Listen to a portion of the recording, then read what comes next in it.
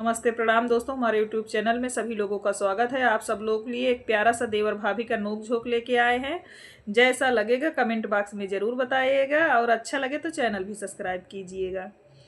ऊंची ऊंची महलिया के नीचा दरे वजेवा, ऊंची ऊंची महलिया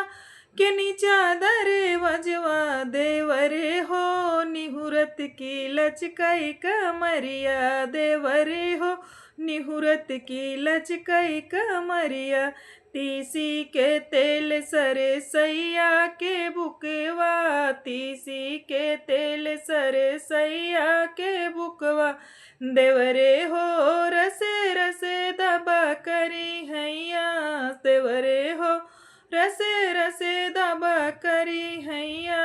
देवरे हो रसे रसे दबा करी हैया, मलत मलत देवरा गए अले साई, मलत मलत देवरा गए अले साई, देवरे हो जाई सोवा मोरे गोड़े वरिया, देवरे हो जाई सोवा मोर गोड़े वरिया, सोवत सोवत देवरा मारई खींच लतवा, सोवत सोवत देवरा मारई खींच लतवा, देवरे हो सोज होई गई मोर करी हैया, देवरे हो सोज होई गई मोर करी हैया, देवरे हो निहुरत की लचकई कमरिया, ऊंची ऊंची महलिया के नीचा दरे वजवा, ऊंची ऊंची महलिया